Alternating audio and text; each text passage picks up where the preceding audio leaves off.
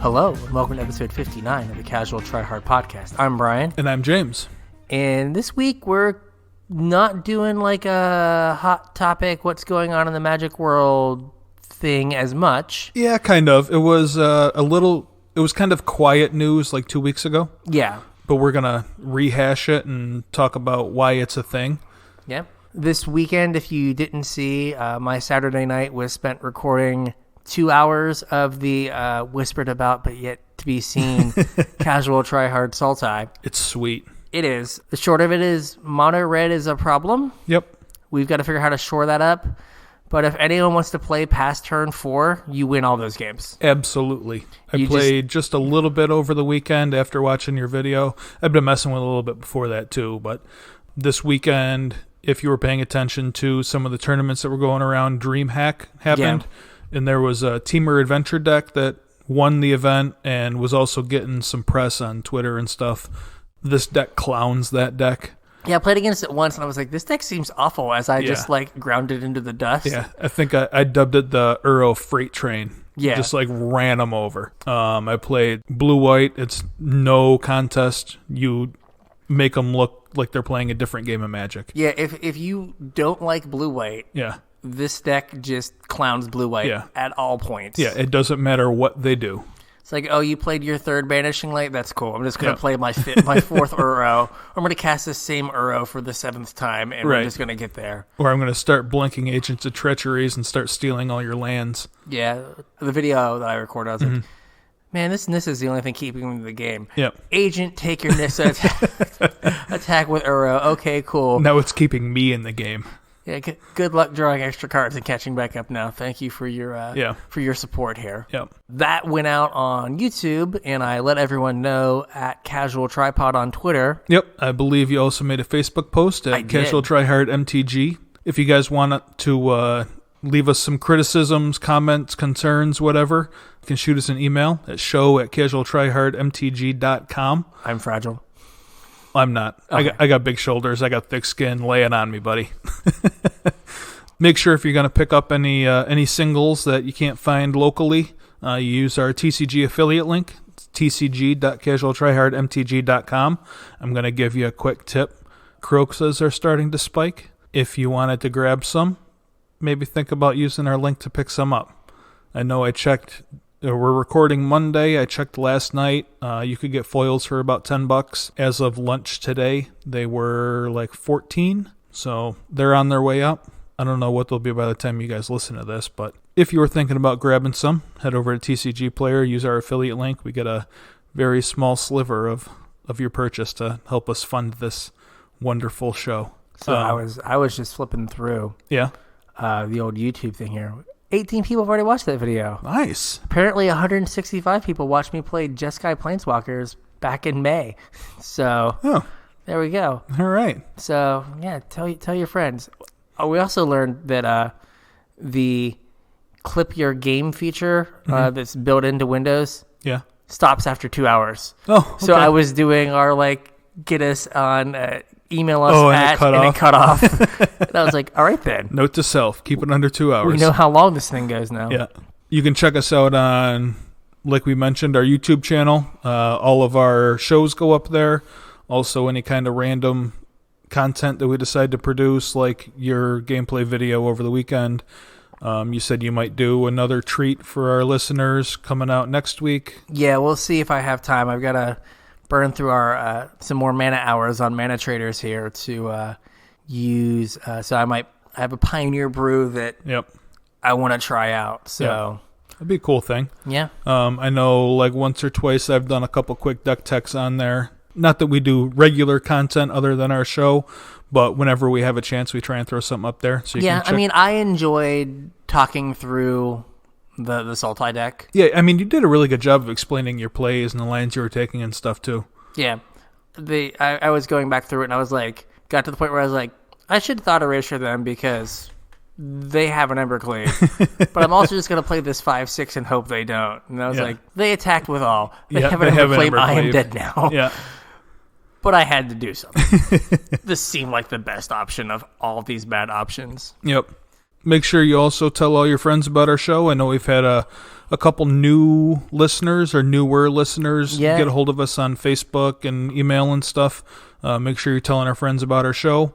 You can listen to us basically anywhere podcasts are available. SoundCloud, Stitcher, Podbean, Spotify, Apple Podcasts, wherever you listen to podcasts, you can find us. And that's also Casual Tryhard MTG in all of those places. Yeah. If you guys want to give us show ideas or ask us personal questions, I guess not, well, I mean, you can ask us personal questions, but if you want to ask us magic questions, get a hold of us anywhere you want to, any of those above ways. Our Patreon's also live. If you want to throw $1 or $2 into the pot and help cover some of our hosting fees, and and if we start making Pioneer content, we might need to pay for good old mana traders. Yep. We got to find the happy medium. I think the $60 one might be a little too much. Little much. Yeah. We'll figure it out. But if that's content that you guys want to participate in, watch, whatever, let us know. Like I said, throw $1 or $2 into the pot, help us pay for some of this stuff. And we had a whole bunch of people contribute to the data sheets this week. Yep. Thank you very much for doing that. We'll get back to the data at the end. But speaking of data, we're going to talk about changes in data. Yeah, we're going to talk about all of the datas. Yeah. This is thanks to listener extraordinaire Ken, one of our early listeners. He's been with us for a while now. Yeah, international. He's got us on the... Yeah. I would say the European continent, but they kind of left Europe. So I don't know where Ken falls on that, but things have changed. Yeah, I think he said he's in London, right? Yeah. He wants to hear about data transparency. Yeah. So I guess a little background. Mm-hmm. What kind of brought this to the fore? Frank Karsten, who has a PhD in game theory and is a university professor, I want to say like in the Netherlands. I'm not 100% sure. Yeah, it's in the Netherlands. I meant real quick. I meant to ask you this before the show, but I'm going to look like a dumbass and ask you right now. What's that other thing he has a degree in? Stochastic operations? I do believe it's a type of math or statistics. Oh, okay. But I'm not 100% sure, but I'm pretty sure it's math/statistics, that kind of area. All right. Yeah, he's very smart. He's an all-around math guy. Yeah. He used to play Affinity because it's just basically like math with cardboard. Well, he used to get to write an article where he kind of broke down the metagame and would look at win rates in particular and compare decks. Yep. And someone... Normally it was like after Pro Tours, right? Yeah. Or like, I think sometimes GPs, but Pro Tours mainly for sure. And someone was like, so when's that article coming out? Mm-hmm. And he's like, I'm no longer allowed to write it. Right. And so that got everyone talking about Wizards and data. Yep. And that, I think, got Ken asking about kind of where Wizards stands and Magic stands with data right now. Yeah, I don't think he had a real specific question. I think he just kind of wanted to hear our thoughts on, like I said, data transparency. And we've been playing for long enough, we've kind of seen the evolution of... Back in my day. Yeah, I mean, we could start, I don't know how you want to do this. We could do back in my day, right? Yeah. So we go way back in my day, like in high school. Okay. Right? If you think about like mid to late 90s... There was no data. I didn't know there was a Pro Tour. People talk about like playing on the Pro Tour and stuff like back in the mid 90s. Yeah. I had no idea. Like I thought Magic was kind of like Monopoly on some level, right? You just played it with your friends. Yeah, and then like lunch was over and you were done. Yeah. I didn't know there was this whole other world out there of stuff. I used to go to like smallish local events, so I knew that there was some sort of competitive scene, and I do remember there was an ad for the first Pro Tour in like the Duelist. Yeah, I don't remember if it was in the Duelist or Inquest or Scry or one of those, but there was an ad where you could fill it out and mail it in, and if you got your thing in early enough. Yeah. There was like you called and you like, could get your invite. Yeah, you could call and they would like, if they answered the phone, you got to go. It was like a radio contest almost. Like I was in Syracuse and the first Pro Tour was in New York City, and I remember asking my mom if this was a thing that I could do. And she said, not no, but hell no, but Yeah.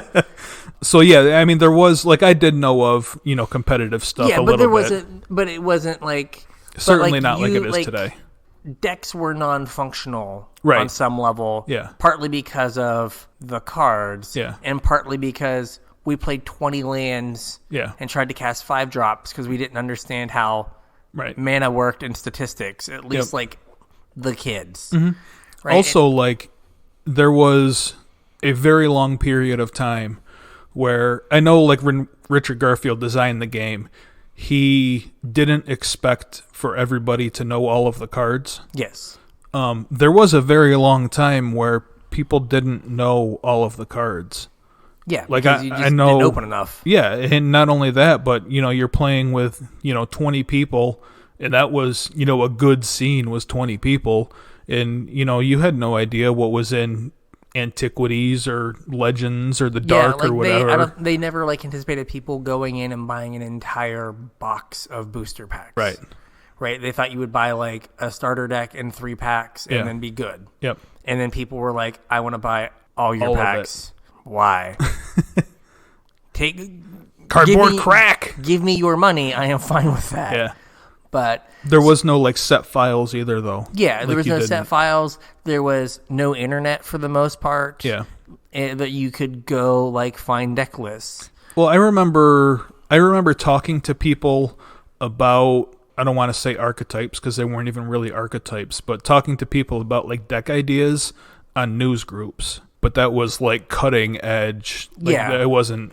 Was not widespread. The earliest Magic content was were tournament reports. Yeah. Hey, I played against these people. This is what I saw, kind of deal. Mm-hmm. So back in the day, there was nothing. Right. So the meta game, as it were, was your meta game in your 20 people. I think you talked about you had if your friend played mono green and you were losing, you put 3 circle protection white in your deck, and you're got that mono green thing shored up now, right? And so you did stuff like that because you weren't thinking about, I've got to play against 15 random people out of 1,000 in this event, right? Yep. So that's how things were at the beginning. And at some point, before we started playing again back 5-6 years ago now, they started doing, with Magic Online, they would do deck dumps. And they work differently than deck dumps work today.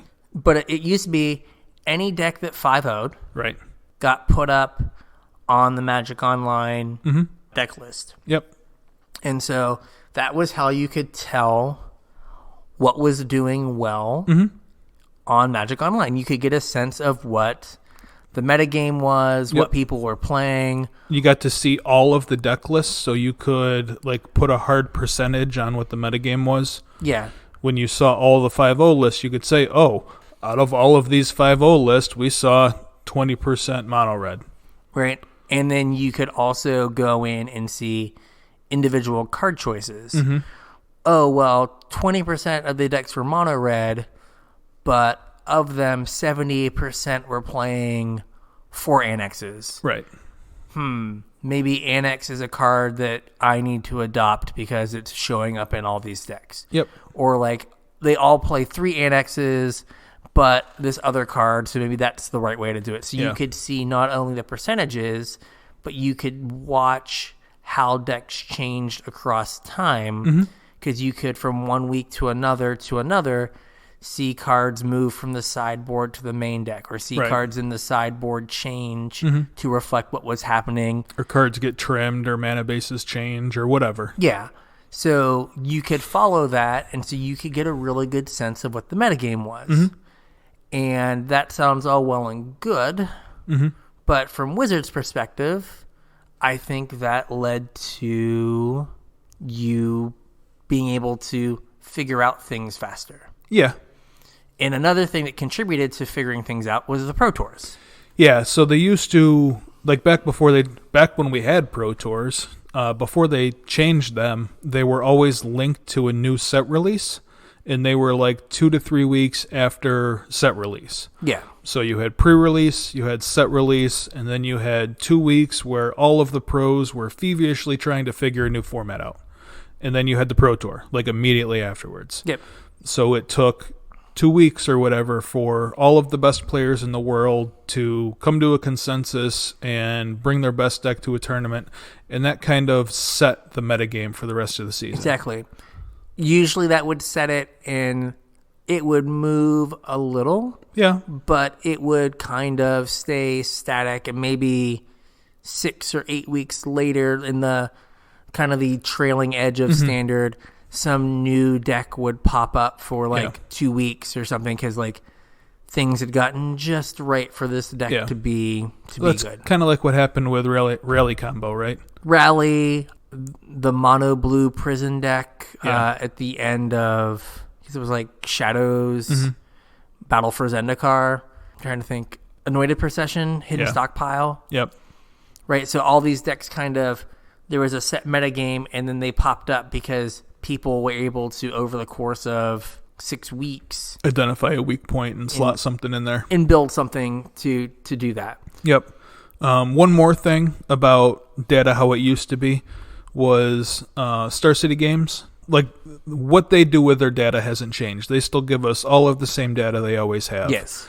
But Star City events used to, like the Opens in particular, used to carry a Pro Tour invite, and they don't anymore. So it puts a little bit less emphasis on spiking an Open. Like, I think in order to win a PT invite from Star City now, you have to win an Envy. Yeah, you have to win the Invitational. Which is a lot harder to do. Which is, you've got to win like 2 Opens. Yeah.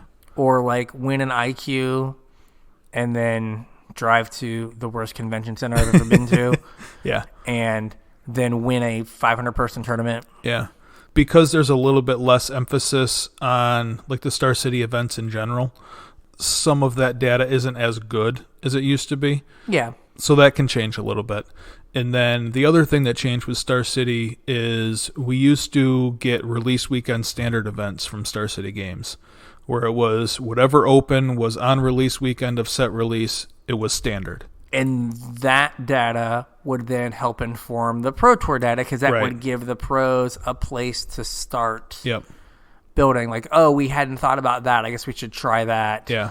Or, oh, this is going to be the meta game for, because it would usually be Open was standard. Yep. Then the next weekend there would be like a GP that was usually standard. Yeah. Then the next weekend had a limited GP. Yep. Before the Pro Tour. Tour. So that was like usually how it went. So it's like the 3rd or 4th week you'd have your thing. And that SCG event would set the meta game for the GP. Yep. And then those 2 data points would then help the pros build for the Pro Tour. The Pro Tour. Yep.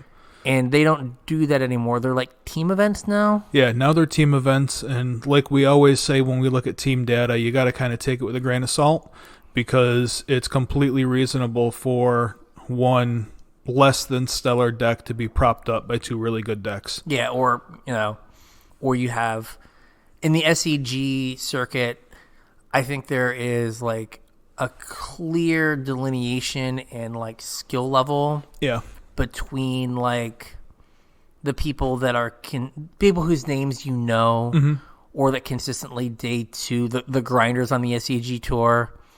And then, like, a lot of the other people. Yep. Right? Like, the people that are like, oh, there's an event in my hometown, I'm going to go. Right. And so, like, I think that also sometimes skews the data where maybe, like, not the best deck, but a good deck in the hands of a skilled player can oftentimes beat the best deck in the hands of a less skilled player. Right. So, like, that, I think, also skews stuff with SCG is you can, most weekends, if you give me a list of like the top 32 like SEG grinders. Yeah. Right, their top 32 list. If all 32 of them are at the event, I don't know, 20 of them are going to day 2. Yep. And so like with that consistency, there's there is a skill gap there. Yeah. So now oftentimes they're on the best deck. But there is like some of those decks might get propped up because there's a big gap. So that's how things were. Yeah. Right. So what happened to change all this stuff? When did it start changing? Goblin Chain Whirler? That was before that. I thought that like Red Black's the red-black standard where it was just like, this is the best deck? It was even just a touch before that. What was the deck? It was right around Kaladesh. So it was somewhere between like Bant Company and Teamer Energy. It was like right in there. Okay, because I remember like coming to a head with like I think they made another change to the 5-0 deck list or something around red black. Yeah, but they made a change and they made another change right afterwards. Okay, yeah. So basically, standard got really stale. Yeah. Really fast. Yeah. Because in Wizards' eyes, we're giving you all the decks. Right. You can just look at all the decks that other people have worked on. Mm-hmm. You can know exactly what deck is what percentage of the metagame. Yeah. So you know what to play. Plus, you also know what to complain about. Right. Or I guess when to complain. Mm-hmm. When red-black is 50% of the metagame of the 5-0 decks on Magic Online, you know that you should complain that standard is broken. Yeah, I mean, like I said, it was before that also, like with Marvel. Yeah. Well, I remember with Marvel, they banned something out of it, but then they also were like, basically, hey, you idiots, it only has a 48% win rate. Yeah. Why are you still playing it? It's not that good. Yeah. So they like used the data that they had as a cudgel to be like, hey, this deck's not good. Why are you still playing it? It's like, do you know what it feels like to turn floor Ulamog someone and take 2 of their lands? It's glorious. You win every game you do that. Yeah. I know some games I don't do that, but I win every game I do that. Yeah. But yeah, so basically when Standard got stale, they looked at it as, Standard is stale because we're giving them 1,200 cards. Right. Or 2,000 cards. Yeah, or whatever it is. And out of those cards, 200 of them are playable and constructed. Mm-hmm. And they're figuring out exactly which 75 or what 15 of those cards they should put 4 of in their deck. Right. To have the best standard deck way too quickly. Because basically, like we said, you'd hit the Pro Tour and that'd be your metagame for 3 or 4 weeks or until a month and a half. Decided it was time to start innovating, Yeah, or when they were able to find the chink in the armor. Mm-hmm. So they wanted to try to slow down the slowdown of standard. Hey, I know exactly what I'm going to play against at this tournament. I don't want to go to this tournament because it's blah. Mm-hmm. I know I'm going to play against fill-in-the-blank deck 3 times or 5 times in my 9 rounds. I don't want to do this. Standard isn't fun. Yeah. So to try and stop that, they changed the way they are giving us the deck list now. Yes. I don't remember what the first change was made or what the second change was made, but now we get not all 5-0 deck lists. We get a hand-selected number of deck lists. I don't know if it's hand-selected or if it's... I thought it was something like you had to have 25% of the cards in the deck be different.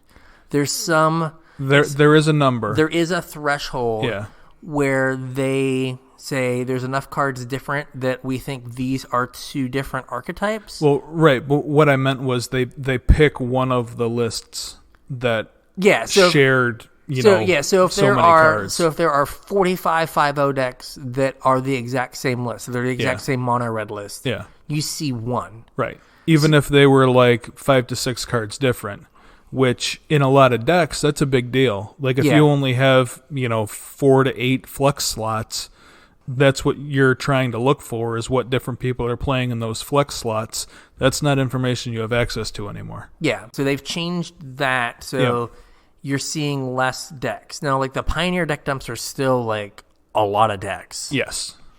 But the standard deck dumps, I think, are significantly smaller than they used to be because there's... It might be 12. Yeah, because, 1, you have more people playing on Arena. Yep. So you just have less people in the leagues on Magic Online. And 2, if there were 100 people that went 5-0, but only by whatever cutoff... 12 unique decks, right? Then you only see those 12 decks, and you don't have that ability to say this is what the successful red decks are doing, or this is what the successful blue-white control decks are doing. Right. it makes it a lot harder to get a feel for the metagame. Yeah, it's also harder for you to track changes because those, moving from 3NX to 4NX, you're not going to see. Yeah. Like if they're cherry picking one of the mono red decks to look at every week, you might not see that move from 3 to 4 annex for 2 to 3 weeks because they just don't pick the 4 annex deck. Right. Not that they're like in a cave somewhere being like, oh, we're not going to show them the 4 annex deck. Right. It just might not. They just the computer picks a deck, or Ian Duke picks a deck and he just picks the 3 annex deck because he's like, I already got this one typed up. I just have to change the name and the date, and we're good. Yeah. Yeah, that makes it a lot harder. Yeah. And like I said, I think they were trying to accomplish 2 things. Mm-hmm. 1, make it so standard doesn't get figured out as quickly. Right. 2, make it so it's less obvious when you should be complaining about standard.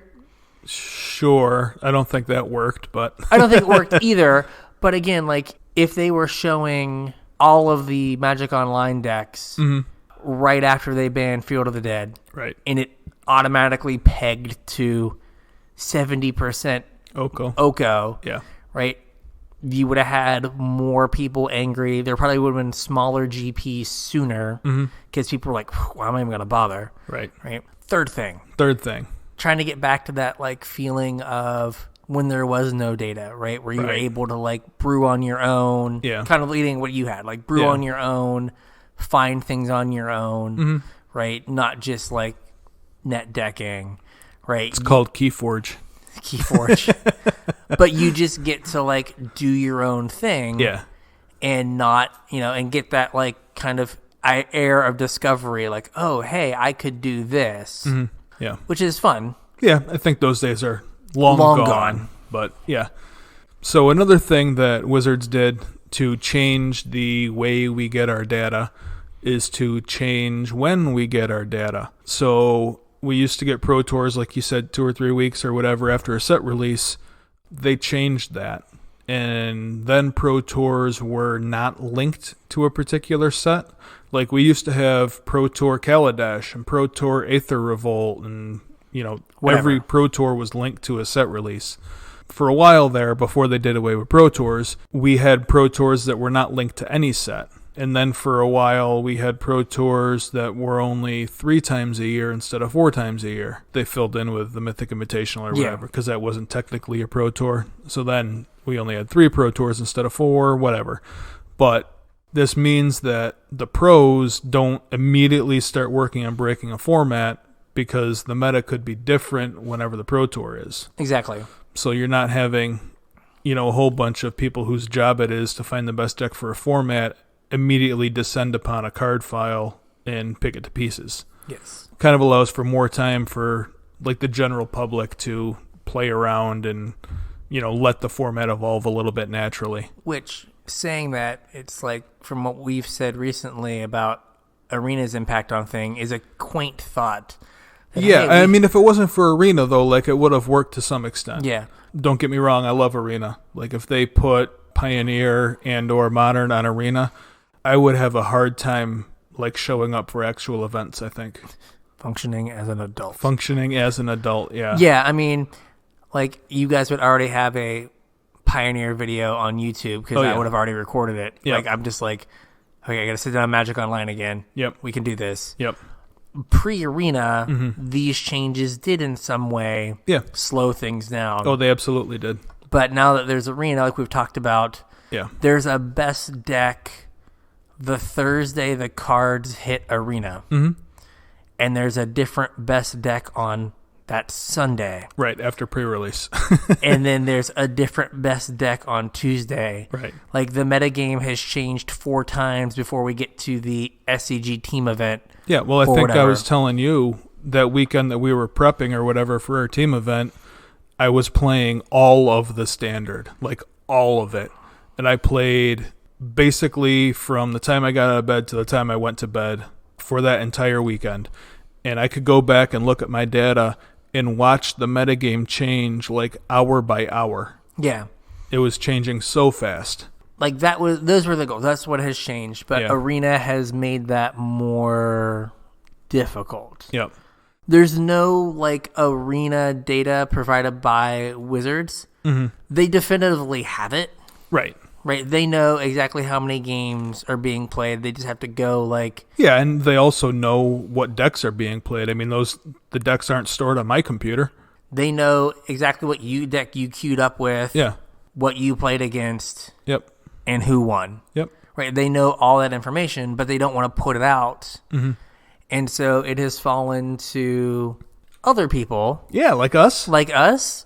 To try to figure that out. And there are also people that play more arena than, the 6 or 7 of us in a given week that put the data in, that are also like have programs in the background tracking all of their games. Yeah.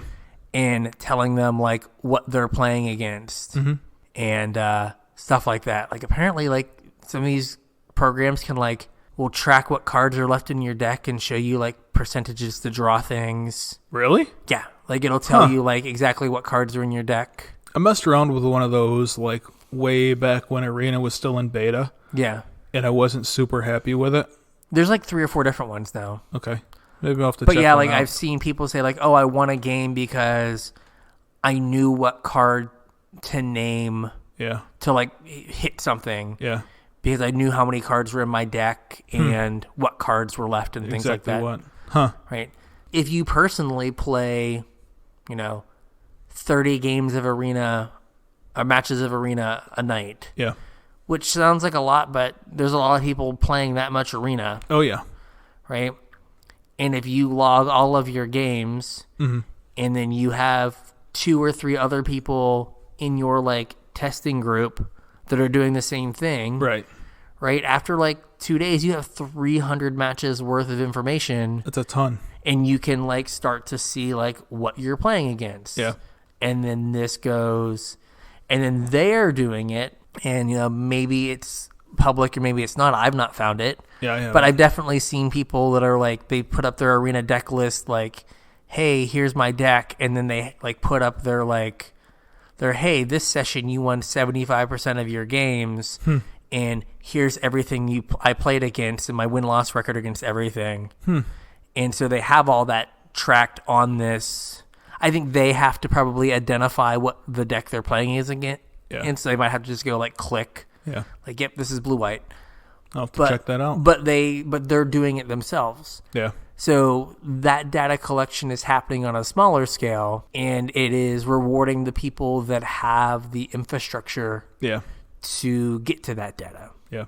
We get a little bit of a reward because we have, we have our thing, but, I'm assuming most of the casual tryhards are not, playing. Jamming 40 games a night? Yeah, aren't like, well, got done with work. I guess now I will go home and drink some like gamer fuel and just not move for the next Cheetos 7 hours. Yeah. You cannot kill that which does not live, or that which does not have a life. Us doing our thing is important because it gives us a snapshot and like, the rest of the world like, hey, here's a sample, and this week's data looks a little weird. And I don't think it's because we didn't have enough. I think it's just like things are a-changing. Very well could be. Right. Twitter is filling in the gaps. Yeah. Twitter, there are a lot of accounts that are just like regurgitating deck lists. Deck aggregators, yeah. Yeah. Another podcast, Arena Deck List. It's all right to shout them out, right? Yeah, we talk about them a lot. Yeah, I mean, I think we both listen to them pretty regularly. Yeah. They have definitely have their finger on the pulse of the standard community. Yes. But they do a good job about retweeting deck lists. All of the pros do a pretty good job about shouting out what they're currently playing. Some of them even with like sideboard guides. Yeah. The problem with Twitter though is that it's a cesspool. It is. I was talking to someone about that today, but yes, it is. You've got to wade through some crazy stuff to get to the deck list every so often. In addition to the craziness, there are so many tweets. Yeah. If you I follow a small number of people, and by design, like Arena Deck List and a few other things. But you have the situation where if you follow the entire MPL, plus then you follow Arena Deck List, and then you follow like 10 other pros or something, you might get some deck lists, but you're going to get like some craziness, some like cat pictures, some dogs. Who knows, man? You don't know what you're in, so it's hard to like sift through all of that information to get to that piece of information that you want. Yep. So while it's there, it's not always great. Yeah. Another thing that we'd have on here are like the various like podcast or like pro Discord servers. Yeah. Where like Arena Decklist has, you know, a bunch of like grinders in Discords building decks and talking about how they see the metagame. And again, like, hey, I played 30 matches. I played against this 10 times. Like, where's this deck coming from? And someone else being like, oh, I built that deck. Here's how it works or whatever. Right? So they, like, there's these, like, little communities that are able to piece together. Yeah, I know a couple times one of our friends, Christos, is part of that Discord. And a couple times I've asked him for, like, can I have a current list for whatever archetype? And he'll, you know, hop in there and see if he can pull me a list for an archetype or whatever. But yeah, they have, I guess, separate little chats like for each different archetype or like different people working on different things or whatever. Yeah, you know, you have these little like communities now, and again, it's a question of like time investment. Yeah, and I'm not saying that like we should be penalizing people that like devote a lot of time. Like that's whatever. It used to just be all there. Yeah. What was it? Saffron Olive would get to look at it and like would write like, or MTG Goldfish would then write a like, here's the Magic Online meta game. Here's what's changed. It like condense it down into one article. Where if you had 20 minutes, you could read the article. Yeah. It wasn't like you've got to devote 2 hours to sift through 3 Discords that you're paying $5 a piece to be a part of. Right. Plus then like go cobble together some data from here and there. It used to just be like, hey, here's what everything looks like. Right.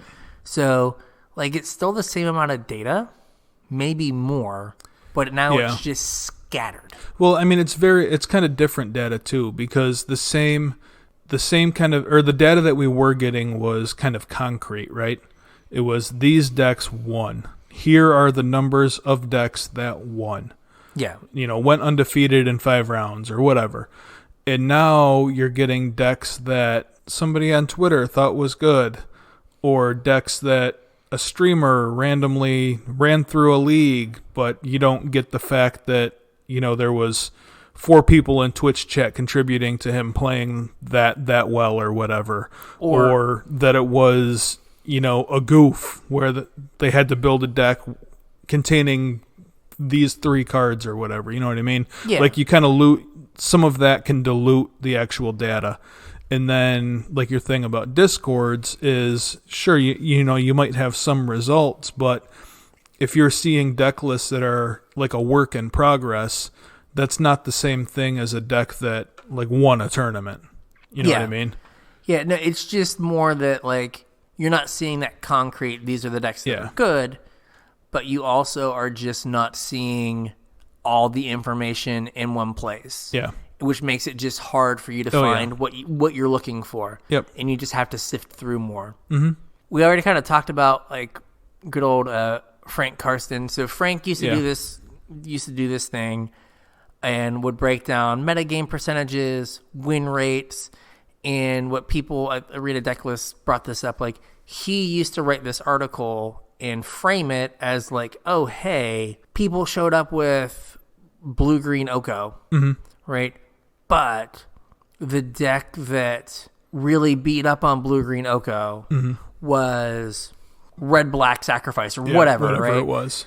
And like he would write it in such a way that it would try to shift or move the metagame. Yeah. Like, yeah, I know we're all complaining about Oko, but there's this deck that beats Oko. We should be working towards that. He would highlight decks that were interesting or that did really well in the face of that metagame that might not get the run that they would normally get. Kind of like at the, I guess, Players Tour Brussels, right? Like, I know Sultai Delirium won, but it was like 7 people showed up with it, and like 6 of them or 7 of them all day two'd, and they all went like 11 and 4 or whatever. Yeah, they all went 11 and 4 overall. They all were like 6-2 or whatever, or 6-3 or better in constructed or whatever it was. Right? He would bring that deck to the forefront, even if no one top 8'd with it, and be like, look. This deck was great. This is maybe where we should be moving, or and bring it to the fore. And like you're losing that, like the positive framing of the meta game and where things are. Yeah. And so, in addition to all these other places kind of filling the gaps, there's Mox Insights. Okay, I don't know about that one. So what they've been doing for... Oh, are they the like user generated? Yeah. Okay. So what they do is they basically put out a call. They go to like they go to the Grand Prix, and they just kind of like start polling people. Right. Like, okay, what are you on? What did you play against? Yeah. How did you do? And then they do it on Twitter as well. And I think, again, they have like... I've seen their threads on Reddit also. Yeah, Reddit. So they are basically polling people to get, the information. And, I think they write an article on Channel Fireball. Okay. Where they are like color coding like what decks did well, what decks did poorly, and just all this like information. And like now people have started doing confidence intervals. Have you seen these? No. Where they're like, okay, this deck had a 55% win rate, but its range of win rate might have been 48% to 62%. Huh. Right, based on the sample and everything. Basically, they're doing standard deviations. Yeah. Right, but they're doing that for all these decks. So I feel like they're getting maybe not as good of information. Yeah. But they're generating like more information and like being a little bit more deep and thorough with their analysis of what they're able to get. So like the data is existing. It's just, do you have the time to sift through all of it? Right.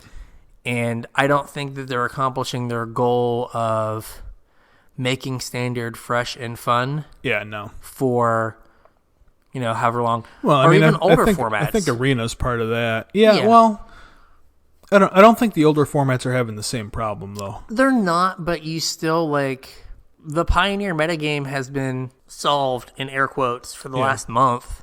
Yeah. Right? You know what the 2 to 3 best decks are that are the best decks by a mile. Right. In Modern, you know that you're supposed to pay 4 and 2 green to win the game. Yeah. Yeah, and it's like, okay. Legacy is the Wild West. Yeah, you were telling me about some crazy decks before we started. Oh, my God. Legacy, I think, has been impacted more by the power creep in Standard than anything else. They throw these cards that look crazy in Standard, but don't have the pieces, like Underworld Breach. Right. And they just then blow Legacy into a million pieces. And you're like, oh, that deck that you've played for years? I do, yes. I can never beat this in a million years. Claymore! It's like, oh, cool. Cool, I'm glad I have this in foil. Yeah. It's just like, oh, wow. Like, having data in Legacy to kind of see where things are moving. Not that like Legacy should move that often, but it just seems like every set it's just like rotation.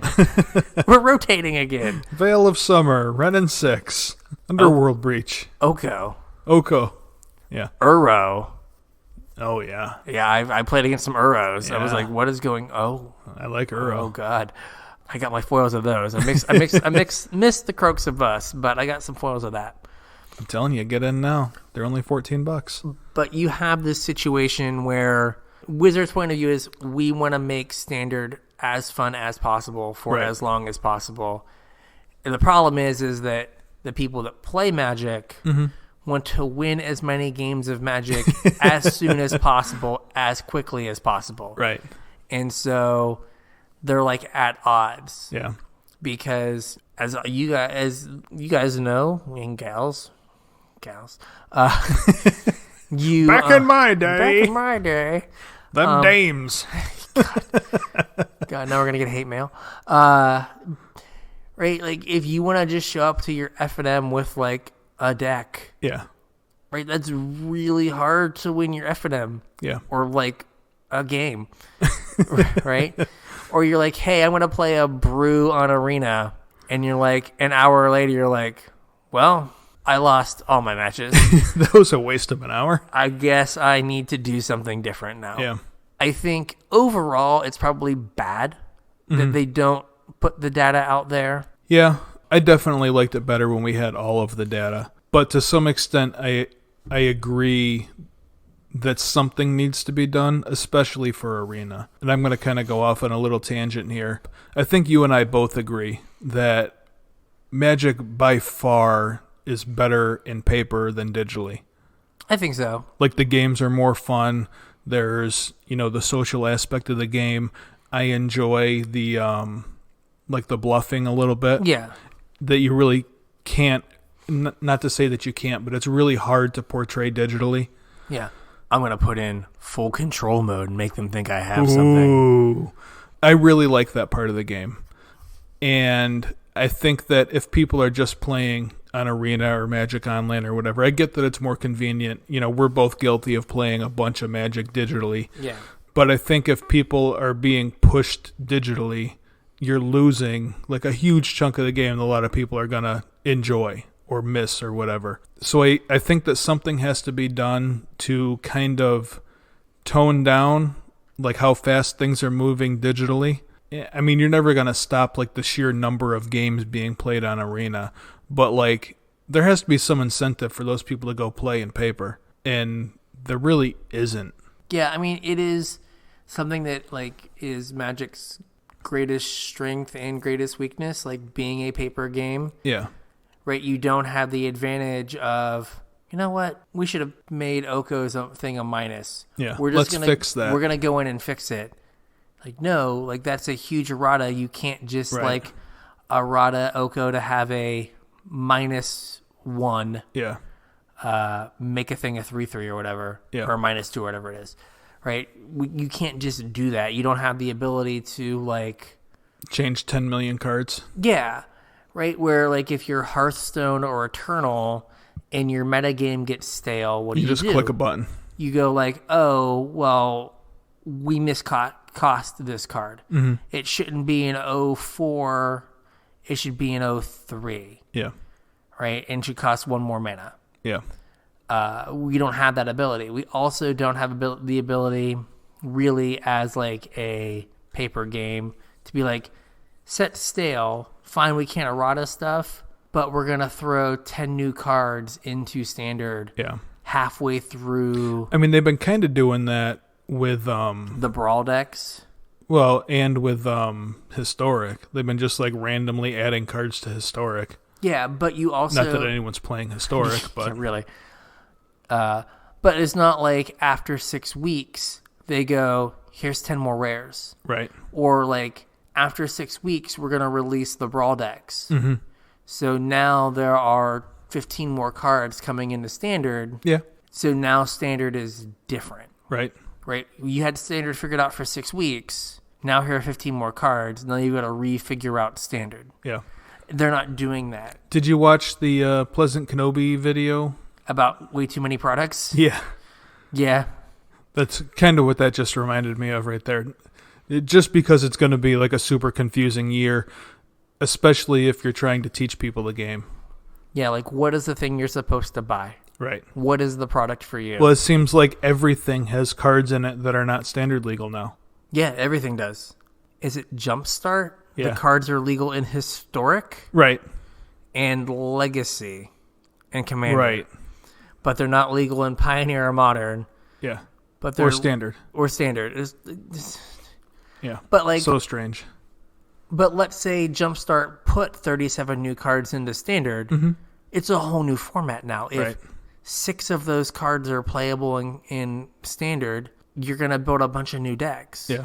I think, was it that video or someone else's video also said it comes out like a week after Core 20? I know that like they're doing like... Or Core 21 or whatever. Do you remember that Mystery Boosters still haven't come out in stores? They should be out in like 2 weeks, I think. But we're currently pimping Jumpstart.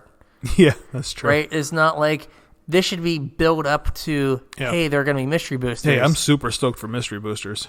But not like, in 2 weeks there's mystery boosters, and oh yeah, by the way, there's this other product that you have to like have money for. So it's just like one thing after the next. Yeah. But we don't have the ability to just go like, standard's broken. Yeah. Let's fix a card, or let's, like you would if it was solely digital.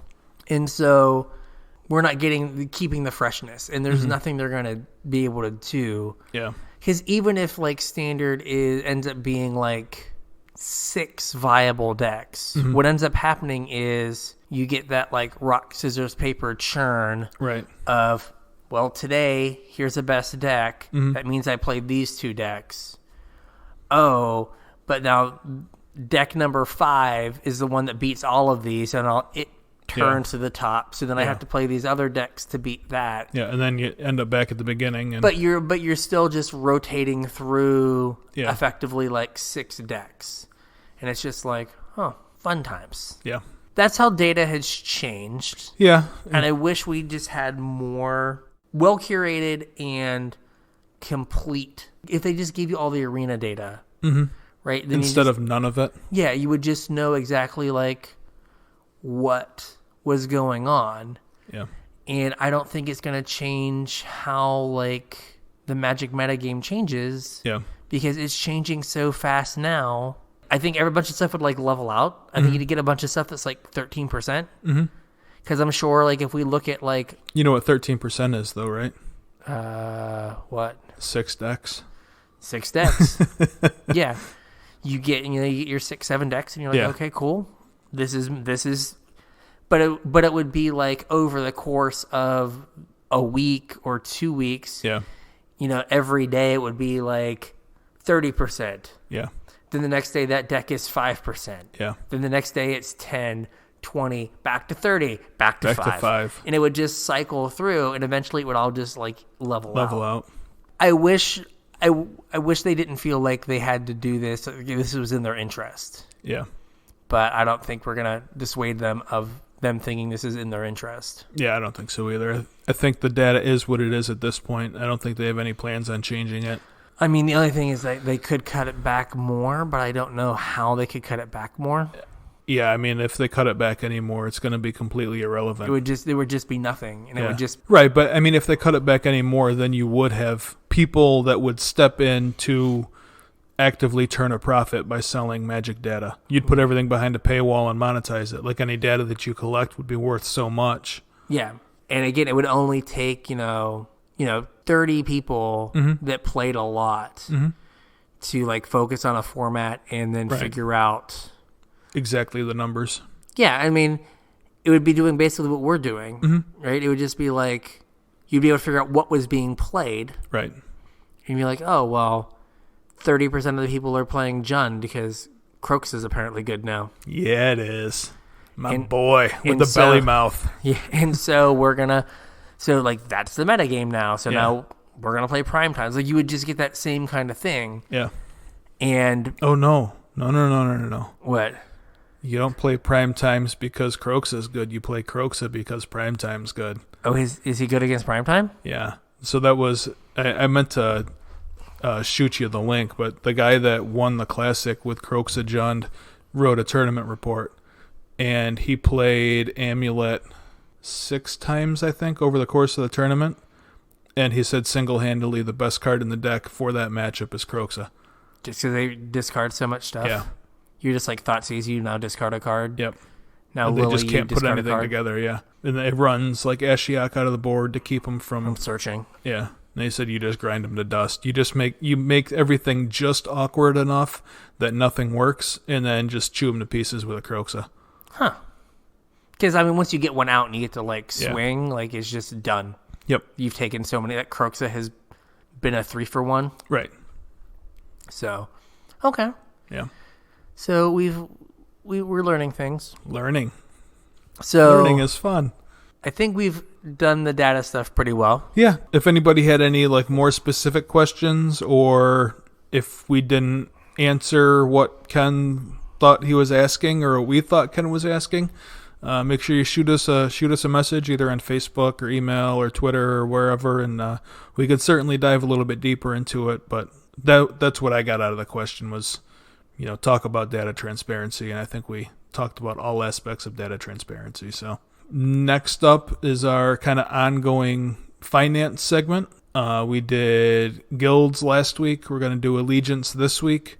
I went through every card that was $2 or more, and we're just going to do a real quick buy, sell, hold, maybe a reason or two why. I did update these prices, so these prices are accurate as of Sunday, the 23rd of February. Okay. Some of them are insane. Yeah, the first one shocked Brian. It was a shock land. Breeding pool is $26.37. Which is absurd. Yeah, that seems pretty high. Get off them if you have extras. Yeah, absolutely. Like the standard price for a Shockland, like the historic price for a Shockland $10, is $15. $10 to $15. Like this is absurd. Yep. And this is because of the next card and its friends. Well, let's talk about the rest of the Shocklands real quick because I lumped them all together. We have, in order from highest to least, we have Breeding Pool, Blood Crypt, Hallowed Fountain, Stomping Ground, Godless Shrine. They all range from $26.37 for Breeding Pool to $11.13 for Godless Shrine. What do we think about Shocklands, just in general? I think that you can just make them go away. Yeah, any you got extra of are super safe to come off of. They are a staple in standard mana bases right now. I don't think I'd sell like your actual play set, because you've probably gotten them from boosters or whatever. But any extras you have, you can absolutely get rid of. They will probably slightly dip post-rotation, but we haven't had a rotation with Pioneer yet. Pioneer is driving some extra desire for Shocklands. So, for whatever that's worth. I don't remember what we said about Shocklands last week. I think about the same thing. Okay. I don't know how much Hallowed Fountain was. As a thing, I just went and checked the Tulane Precon Brawl deck to see if it gave you a Breeding Pool. Yep. It gives you a Hallowed Fountain. Okay. Right? I mean, I was buying them, parting them out, and selling like the Shock and other stuff. Yeah, the Corvold deck I think was Stomping Ground. Yeah. Breeding Pool I don't think was one of them. Yeah. Oh, is the Breeding Pool, is that in the Challenger deck? It has to be, right? Yeah, probably. What is it? It was like something Ferocity. No, there are none in Flash of Ferocity. Good job, Wizards. 2 Cancel Vantress, 1 Fabled Passage, 8 Forest, 8 Island, 2 Temple of Mystery, 3 Thornwood Falls. Woohoo! Yep. So Hydroid Crisis is $22. Yeah. Make them go away. I guess so. Like, they're not really getting played in Pioneer. No. I'm going to sell mine probably tomorrow. Yeah. I mean, it is a lot of dollars for a Crisis. Yeah. And it will certainly go lower at rotation. Yes. Next up is Absorb. Mm-hmm. Absorb is $8.80. Which is insanity. Yeah. For a rare. For a rare that, I guess, right now everyone's hot for blue-white, which is why it's going up. I don't think they're played in Pioneer blue-white control. Yeah, I don't think so either. So I think it's pretty safe to get off of Absorb if you're not a control mage. Mm-hmm. I agree. Smothering Tithe, Commander All-Star. Yep, $8.75. Its price is not being driven through Standard or Pioneer or Modern or any other format than Commander. I think I already got rid of mine. Yeah, a while back. So I think that card can go away. Well, I mean, if you're not playing it, it can go away. But because the price isn't being driven by any set that's rotating, it probably gains value over time. Yeah. So maybe not exactly at rotation, but I would expect to creep up after that. Yeah. Since they're not churning any more out, and Commander is definitely a quickly growing format. Next up, we have Kaya, Orzhov Usurper. For $7, basically. $6.90. So Planeswalkers are weird. Planeswalkers are weird. It seems like every Planeswalker just ends up being $5. Yeah. Or more. Like, it seems like their floor is like $5. Yeah, casual players love Planeswalkers. This one is on the cheaper side, CMC-wise. Yeah, being 3 mana, and it has like an eternal playable Yeah. ability. Like both of its abilities kind of slot into eternal formats. There are also like more casual collectors that collect planeswalkers. Yeah. Like they just want one of every planeswalker. I don't know. She's not really seeing a whole lot of play. I don't see her seeing a ton of play in the near future, but I don't know that she goes much lower than $7 either. Yeah, like I said, I think planeswalkers that are higher you can get rid of and think about like, well, when this is $5 to $7, I'll get it being $5 to $7 now. Yeah. That's where it's just gonna be. Yep.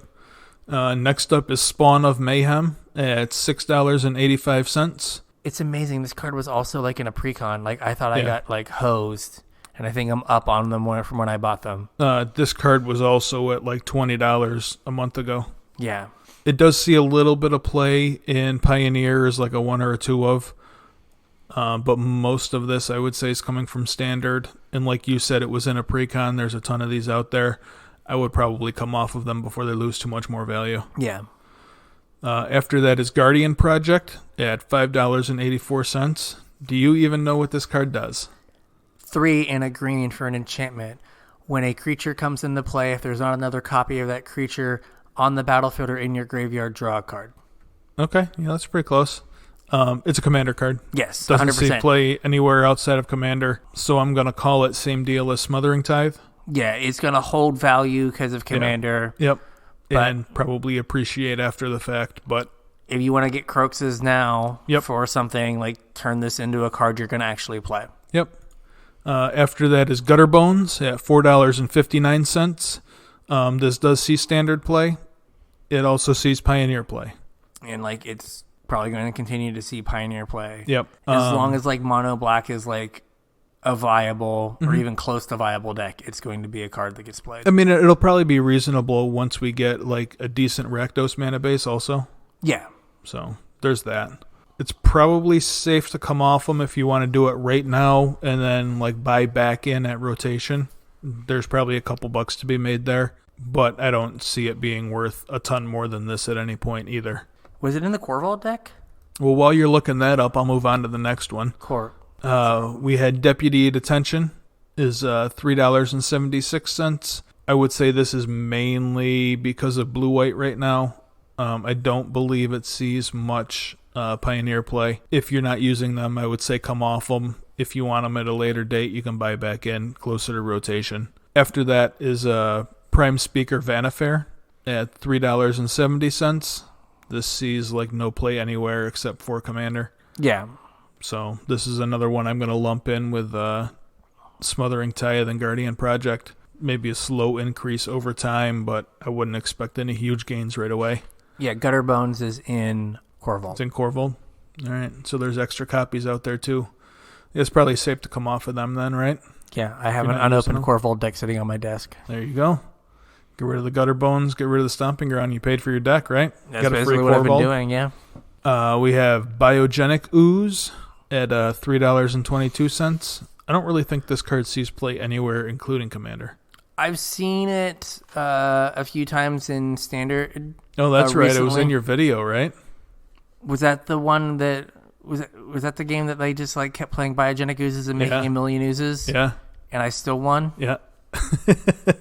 After stealing one of their oozes? Yeah, I stole an ooze, and I think I stole a Nissa and an ooze and was going to make 1,000,000 oozes, and they were like... They scooped? Yeah. Yeah. If you want to play 5 turns, I got you. You want to play 4 turns, I don't got you.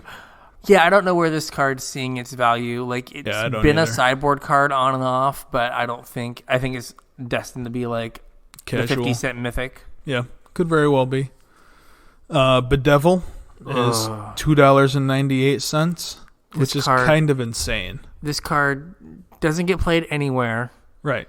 It should be great. Yeah. It just is.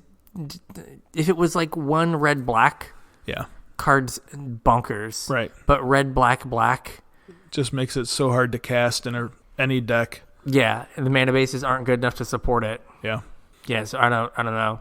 What are we doing with Bedevil? I think we just get off of it. It's too hard to cast in Pioneer right now, and it's too expensive for Modern. Yep. If we end up getting a set of lands to fix Pioneer, though, I would scoop them. Yeah. Maybe Yeah. buy into these at rotation if you can pick them up for 50 cents or whatever. Next, we have an uncommon. Ooh. Wilderness Reclamation, $2.87. Card is busted? Oh yeah, real good. Is it Fatal Push good though? No. So it's probably safe to come off your $3 copies of Wilderness Rec? I think so. Yeah. I think it's probably okay to come off of those. Yeah. I probably have 8. Mm-hmm. So worst case scenario, get down to your playset if you're like, maybe I will do something busted with this in the future. Yep. But you could just get off of all of them because once it's out of standard, it's probably like $1. Yep. If that. Yep. My boy, Skargan Hellkite, Yeah. $2.85. Yep. He gone. Yeah, make him go away. That card won't see play anywhere outside of standard. Yes, it is. It is not better than Stormbreath Dragon, and Stormbreath Dragon sees no play anywhere. It is not better than Glorybringer. This is true. Glorybringer sees no play. It is not better than Thunderbreak Regent. Thunderbreak Regent doesn't see any play. Yes. So, yeah, it just goes away. Yep. Now we have another uncommon. How sad is it that of the top 16 most valuable cards in Allegiance, 2 of them are uncommons? It's weird, man. Yeah. Light Up the Stage, $2.69. I mean, this one's... Sees play in all formats. She's playing all formats. But there was also an F&M promo. There was. That is kind of pretty. I think you can probably, again, if you have 8, go down to 4. Yeah. And you might have 8 because it's an uncommon. Yep. And if you're not like a mono red player, you can probably just get off of these because they're not going to get played anywhere really but mono red. Yeah, no, you have to be almost mono red. I mean, the only other place they got played really at all was like, I think some Delver lists played them. Okay. As like, you hit with your Delver and then you get to draw 2 cards. Yeah. 2 cards in air quotes. Right. You can't cast Force with it, but I think you can cast everything else. Why can't you cast Force with it? The alternate cost on Force is from your hand. Oh, okay. So you can't cast it from exile for its alternate cost. You can pay 5 mana for it. Yeah, I gotcha. But otherwise, I think like Daze is just you can return an island instead of paying its casting cost. But yeah, like that's the only other place it's like it's seen play in all formats, but basically always in burn. Right. And if you're not about that life, this card's not for you. Yep. Last card on the list is a Mythic. So there are 2 uncommons worth almost $1 more than this Mythic. And when I saw this card, I was like, oh yeah, that is a card. Yeah. Seraph of the Scales. Is $2. $2 even. She gone. Yep. Make it go away. That card. It is like a reasonable rate, but like black-white hasn't really ever been good. It's black-white is as good as Thoughtseize makes it, and there's so many better things to do with Thoughtseize in every format than play black-white. Yeah. Yeah, it's like it's a 4-mana 4/3 that dies into 2/1/1s, but also gets like Death Touch or lifelink. Vigilance. Oh, it's Vigilance? I think it's Death Touch or Vigilance. If you put mana into it, like you're never going to be in modern like Seraph of the Scales. And then you'll be like, you're dead. Yeah. So yeah. Seraph can go away. Yep. Like I feel like I have like homework now. I gotta like go get rid of stuff. Yeah, that's why I make these lists, man. Yeah, like Hydroid Krasis makes me sad. I bought into Krasis right around $20, so if I can get $20 for him now. Yeah, that's kind of where I was in. Yeah. Yeah. I just like worry that what if I have to play Krasis at Charlotte? That's true. Yeah. That's another thing you have to think about. Like, what maybe are you not sell off all your breeding pools for $27 a piece either then. Yeah. You have to think about, like, what am I going to want to play in film of, like, hey, I'm going to a GP and I want to, like, not have card availability be an issue. Yeah. So I'm never going to cast an Absorb. Right. I have them. Yeah. But I don't hate myself that much. I think I have Invasion Absorbs for some reason. Yeah. You're a man of taste. A man of culture with his Invasion Absorbs. So, yeah, I think you can just be mindful. Like, if you're planning to go to a Magic Fest. Yep. Right. And also, like, if you're playing a card somewhere, don't just sell this stuff because I told you to sell it. Like, the cards are for enjoying. They're for playing with. Yeah. And, if you can play the game of, I'm going to get off my Krasi at $20 and I'm going to roll the dice and I think they're going to be $10 by the time Charlotte rolls around. So if I need them, buy back. You can do that if you need to, or like I'm going to get rid of this card, but at rotation I'll pick it back up when it's significantly cheaper. Yeah, see, I always have that problem. I always say I'm going to pick it up when it's cheaper at rotation, then I completely forget about it until it's in a deck that I want to build and it's already spiked again. Yeah, and you're like, oh no, why? Yeah. Arena time. Yeah, how about Arena? So we've got the festivals. Yeah, this week was festival of whatever, but it was Perforos. Yeah, and it was the artisan, the basically peasant, commons and uncommons. Yep. I built a list specifically for this. So did I. And then I did not play. I did. I played exactly 3 games. What did you play? I played like a blue-red flashy list. Okay. Stomp, Mischievous Chimera. Stomp? Or not, Shock. Shock, okay. Mischievous Chimera, not Brazen Bar, or what's the flash guy? The 2-1, put a counter on it. 2-1, put a counter on it. Yeah, when you cast a spell. Oh, gosh. Brineborn Cutthroat. Yeah, Brineborn Cutthroat. Spectral Sailor, Opt, some counter magic. Yeah, Sinister Sabotage and whatnot. Yep. Yeah. It was fine. I won 3 games in a row and then... Never thought about it again. Never thought about it again. I put together what I'd normally put together for this, which was I put together a pretty nice Boggles deck. Okay. Yeah, but I just didn't bother to play it. And I was like... I put it together and I was like, ooh, maybe I'll just play some like best of ones and see how this feels. And I was like, well, they're best of one. No, I was just gonna like best of one standard. And like, you're just gonna run it through standard and see what happened. Yeah, I ain't scared. But then there was like, no. Basically, I built like the green-white auras deck. Yeah. That's in standard minus Assassin Champion. Yeah. And I was like, I don't care that much.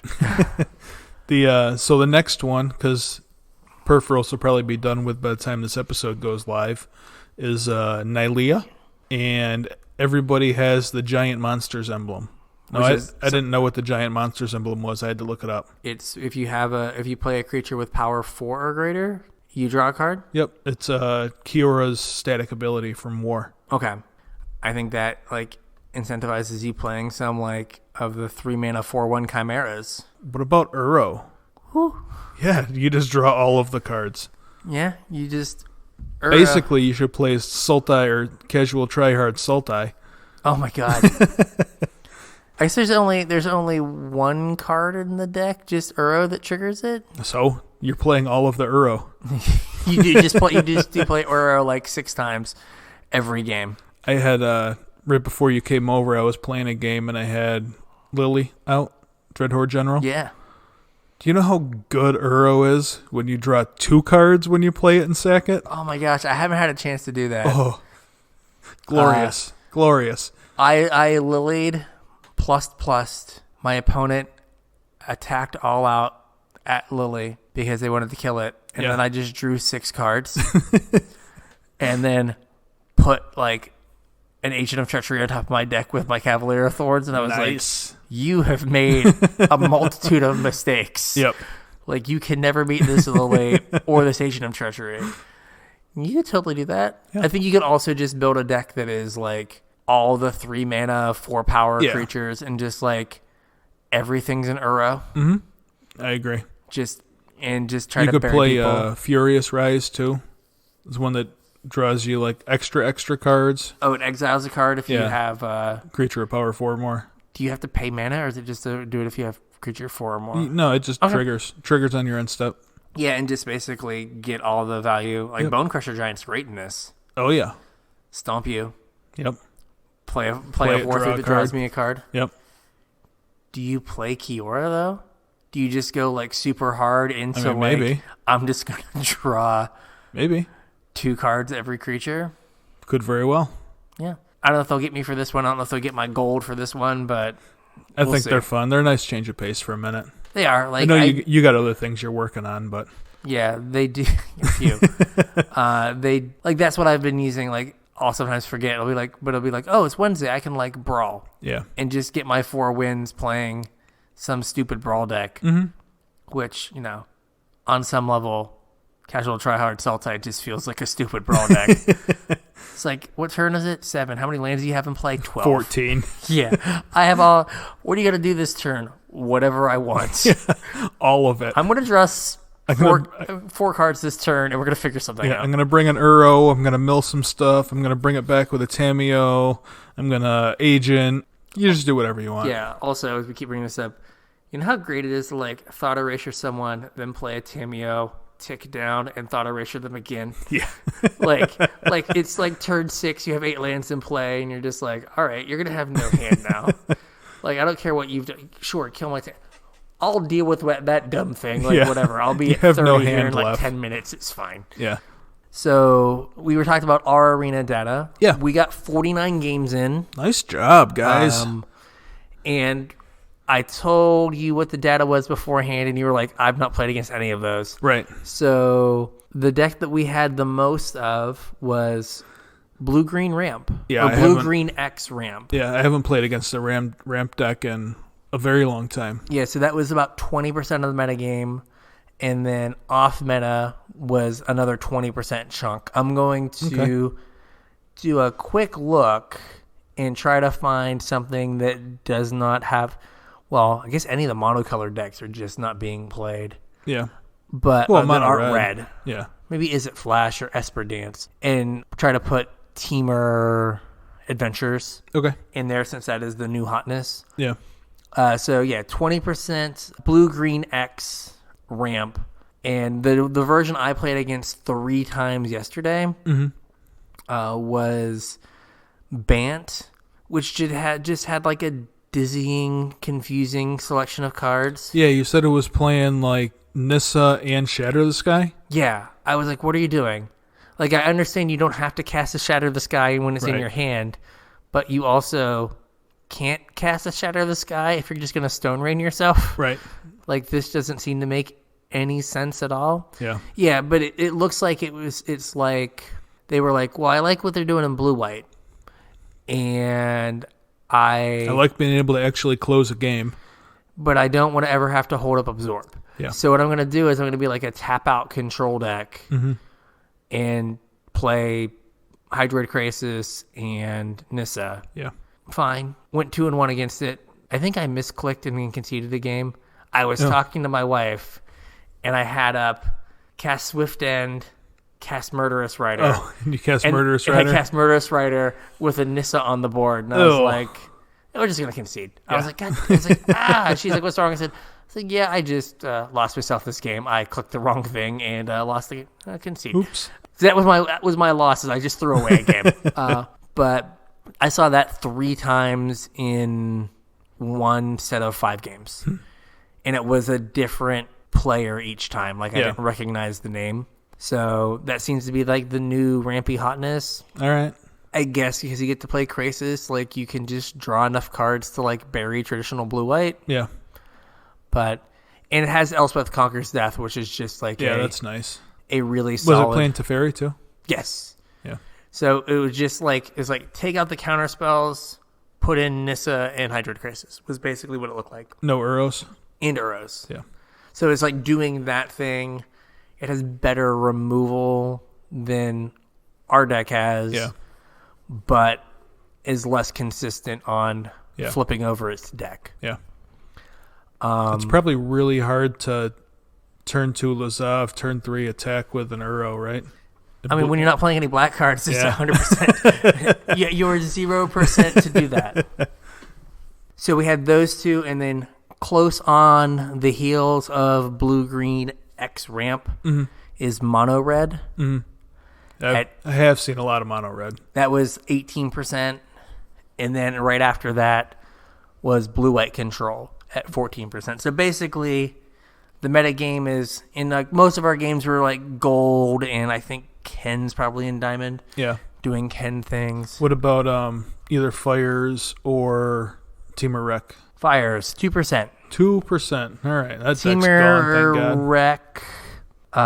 Nowhere to be found on the list. Of the off-meta stuff, we have Agrixis Control featuring Kroxa. Yeah. Blue-White Skies and Blue-Red Tempo.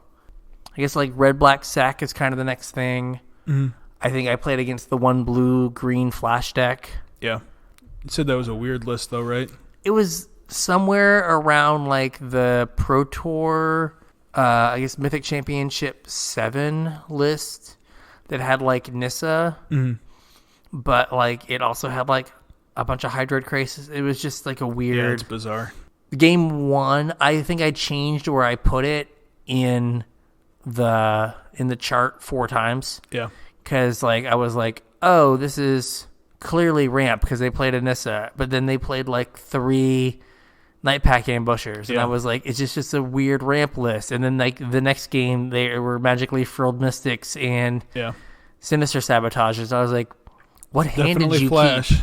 keep? Yeah, so it bounced around. I was like, what am I playing against? We were fine on stuff, but yeah, it looks like our kind of metagame is blue-green ramp, mono-red, and blue-white control. I did see, was it Dominic Harvey tweeted that like he's on like Sultai ramp? Okay. Basically the blue-green ramp deck, but with Casualties of War and a few other black cards. Yeah, I heard a couple people talking about Casualties of War over the weekend as a way to combat this Teamer Adventures. Yeah, like that just seems like you annihilate them. Yeah. And they don't really play counter magic, so it's not like you have to worry about it getting countered. I mean, it's a sideboard card for the Sultai deck. Yeah, I mean, they play Aether Gust, though. I've been Aether Gusted. Oh, God, yeah, that's just miserable. Like, you don't want your 6-mana spell getting Aether Gusted. No, that seems awful. Yeah. I mean, it's sad when they Aether Gust your Uro, but you also have another Uro in your hand, so you're just like, okay, I'll put that one on the bottom. Yeah, you know how many times they've Aether Gusted an Uro and I put it on the bottom? Yeah. All of them. Yeah. I have never put an Uro on top. It's like, I'm just going to get another one of these. It's fine. Yeah. It's fine. I've already got one in the graveyard. Yeah. I've already got 2 more in my hand. It's fine. We're good here. Yeah. If you can beat ramp, control, and mono red. Yep. Which is a weird set of decks to like be good. It's like the ramp decks probably beat up on the control decks. Yeah. I guess it's the rock, paper, scissors thing. Your ramp deck beats your control deck, and mono red probably beats up on the ramp deck pretty hard. Yeah. Do you want to, now that you've made the video on our list, you want to tweet a deck list out? Or you want just... I can, yeah, I guess I didn't like take a picture of it. I can take a picture of it and tweet it out. I mean, you could just send people to the YouTube video also. Yeah, I could. I could just... make you go there. Get some views. I do a short deck tech at the beginning. Yeah, like 8-minute deck tech, and I walk through the card choices. And did I get to win a game with Thassa's Oracle? I don't remember if I did in the video. I did today. I've done a couple games with Thassa's Oracle. When you're like, especially when your opponent just like stops trying. Yeah. Because they're like, oh, so far behind. Well, they're at parity. Yeah. And they're like, oh, he's got like 8 cards in his deck. I'm just going to win. You look like a madman, and you're just like, Cavalier of Thorns, put all my cards in my graveyard.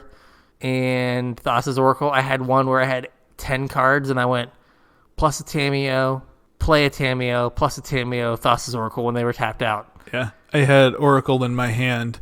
I had 8 cards in my library, and I knew there was 1 Cavalier left in there.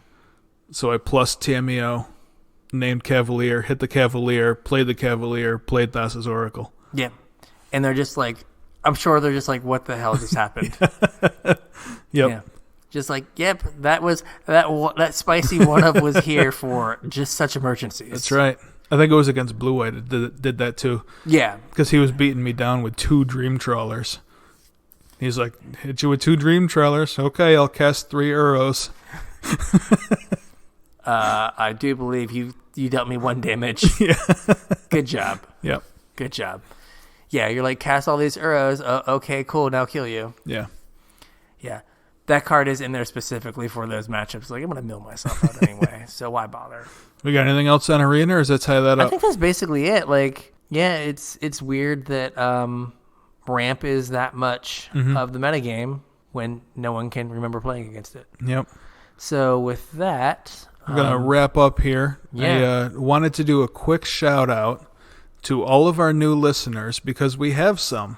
Oh. Want to know how I know this? How? Because I don't know if you've paid attention lately, but we're averaging like 360 downloads an episode now. Oh, that's like 60 more than we used to have. Yeah. So thanks, everybody. Yeah, thank you. Make sure you're telling your local play group, all your friends, people at your local game store. Spread the word. We're doing a good job. Yeah, I've just been uploading them. I haven't looked at our downloads. Yeah, I think we're almost to 15,000 total downloads. Wow. Yeah. One day. Moving up in the world. So thank you, everybody. Tell your friends. If you want to send us $1 or $2 on Patreon, we will figure something out for a give back. If you have ideas of what you want as Patreon awards, let us know. Make sure you use our TCG affiliate link if you're planning on buying any cards like foil Croxus before they get super expensive. Anything else? I think that's about it. Oh, I wanted to touch on something that we brought up last week about collector boosters. Okay. I was like, I want to buy some foil Oxes. Mm-hmm. And I was like, oh, these are going to be expensive. They're $7. Do you know how much foil Thassa's oracles are? Are they still super cheap? They are $7. It makes no sense. Yeah, collector boosters. The world is upside down. Collector boosters. With that, you can tweet at us and see if I get around to putting up a sweet Pioneer deck at Casual Tripod on Twitter. Yep. You can find us on Facebook at Casual Tryhard MTG. If I get a second, I'll try and throw a deck list out for the CTH Sultai list. If you want to shoot us an email with feedback, questions, comments, concerns, even if you just need a hug, I'll send you a hug. Oh. You can do that at email show@casualtryhardmtg.com. Like I said, make sure you're using our TCG affiliate link, tcg.casualtryhardmtg.com. Check us out on Patreon. Check us out. Yes, please. Yep. And with that, we'll catch you at F&M.